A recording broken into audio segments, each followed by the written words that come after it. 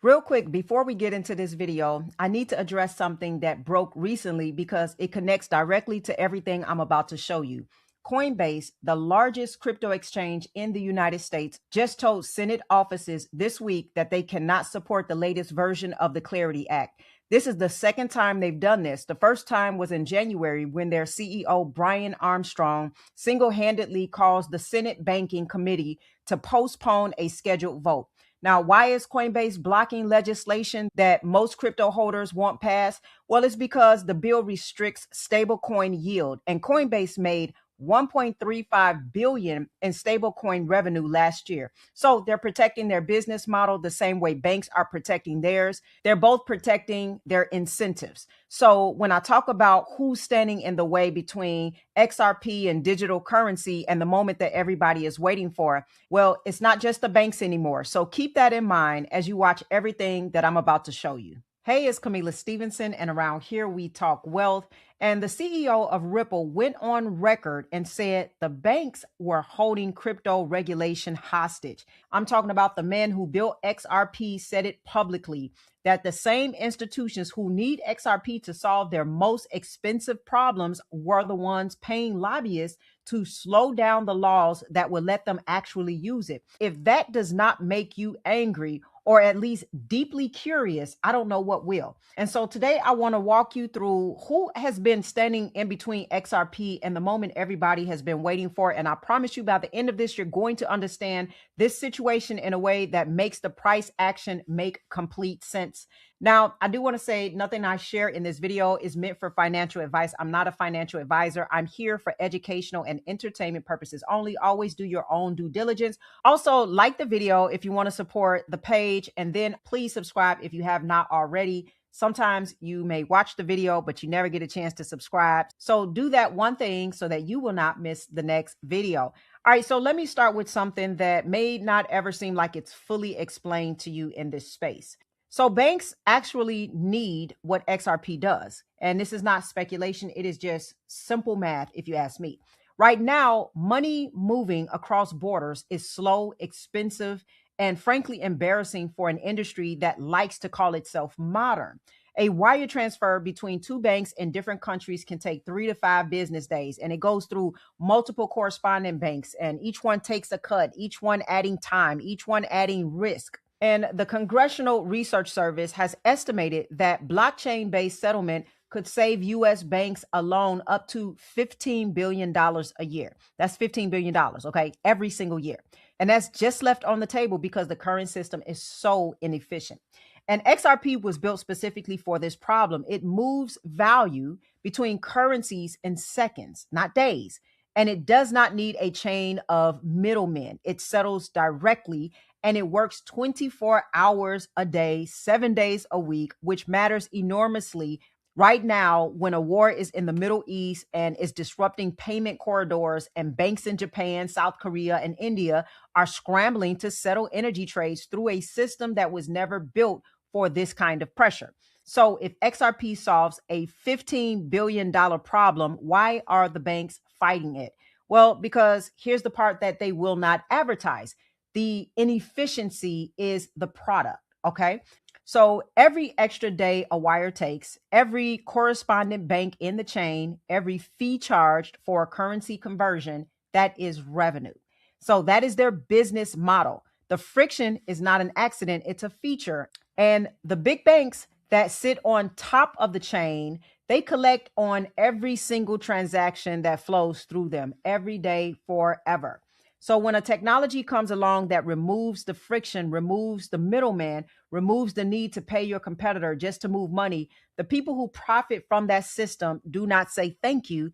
They call their lobbyists. And again, I'm talking XRP, but you guys know that I'm talking about the Clarity Act, okay? So now you understand the why. Let me show you the how, okay? Because when powerful institutions want to slow something down without looking like the villain, they do not come out and just say, we don't want to do this. They are much more sophisticated than that. So here's the playbook. And once you see it, you're going to recognize it everywhere. Step 1 is fund the delay. So banks and their lobbyists, they pour money into Washington to make sure the rules stay complicated, vague, and slow to develop.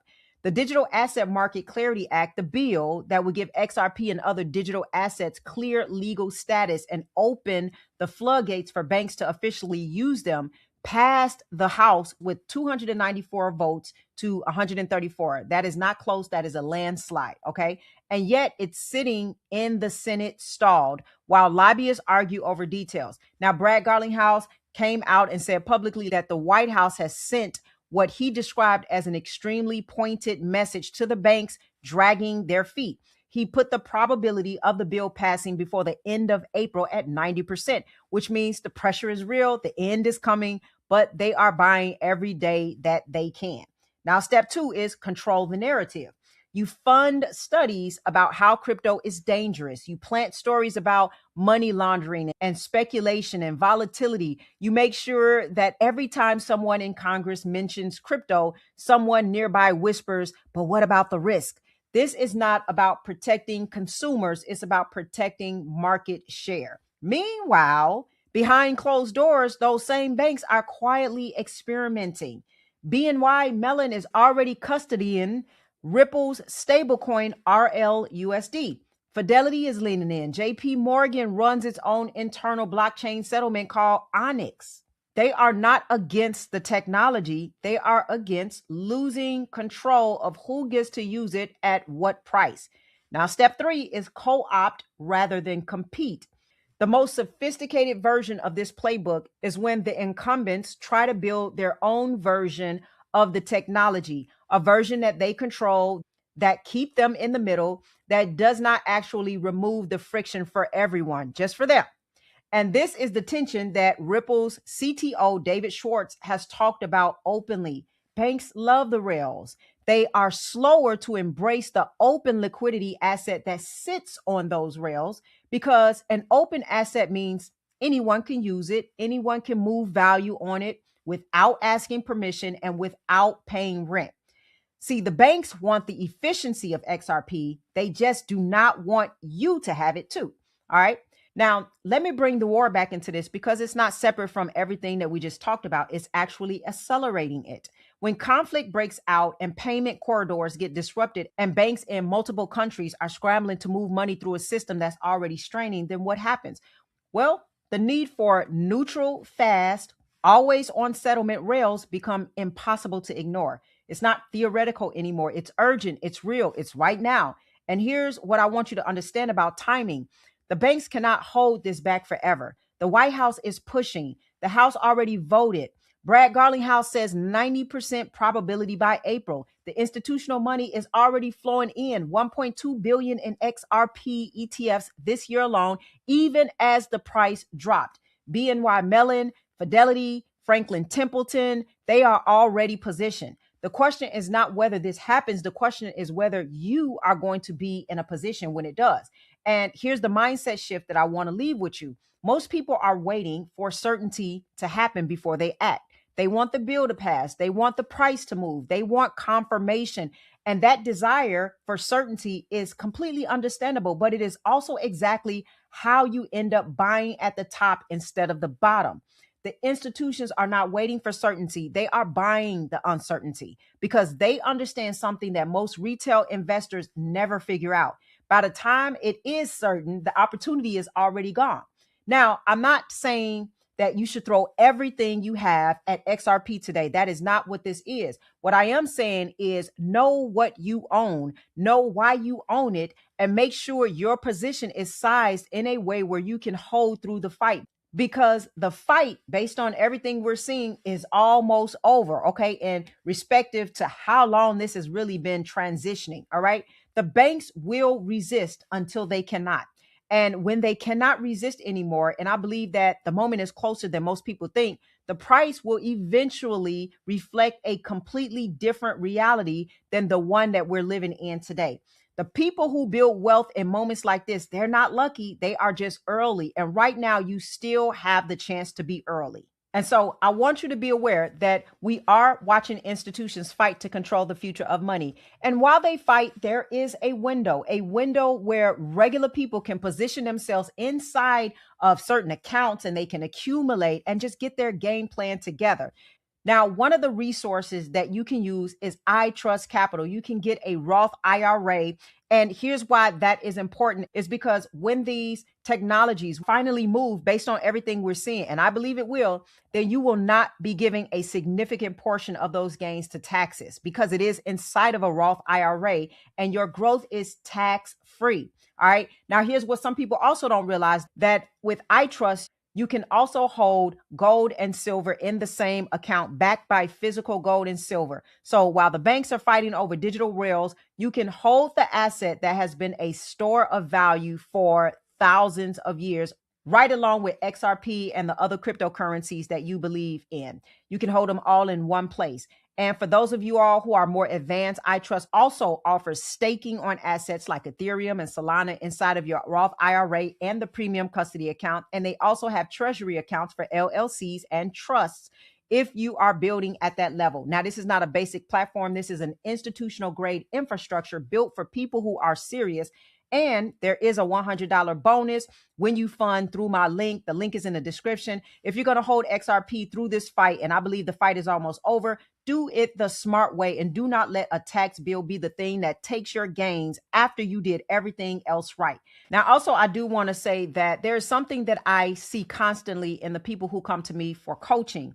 And that is that they did their research, they bought their XRP for the right reasons or their cryptocurrency for the right reasons. They understood the thesis and then life happened. Okay, the price dropped, the headlines got scary, the waiting got heavy, and then slowly without realizing it, they started making decisions based on how they felt and not what they knew. Now that gap between what you know and what you do when it gets hard is the most expensive gap in investing.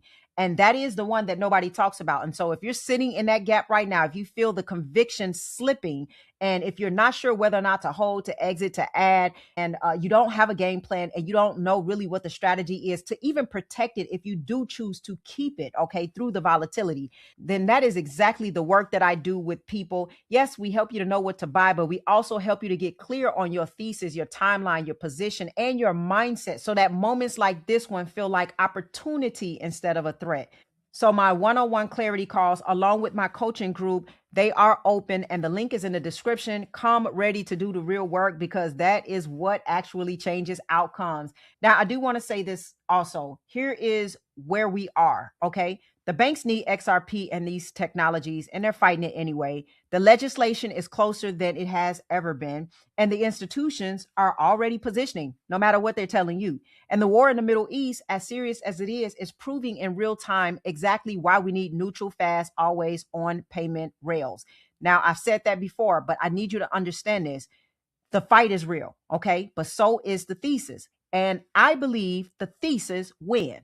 Now, if this video helped you to see the bigger picture, go ahead and share it. Share it with someone who's confused about why XRP is not moving the way they expected, because sometimes the most valuable thing you can do is give someone a framework for understanding what they're actually in. Now, also go ahead and like the video if it added value and subscribe if you are not already subscribed, because I don't want you to miss a video and you'll always get these notifications. And I just want you to subscribe. And as always, I want you to stay wise, stay wealthy, and I'll see you in the next video.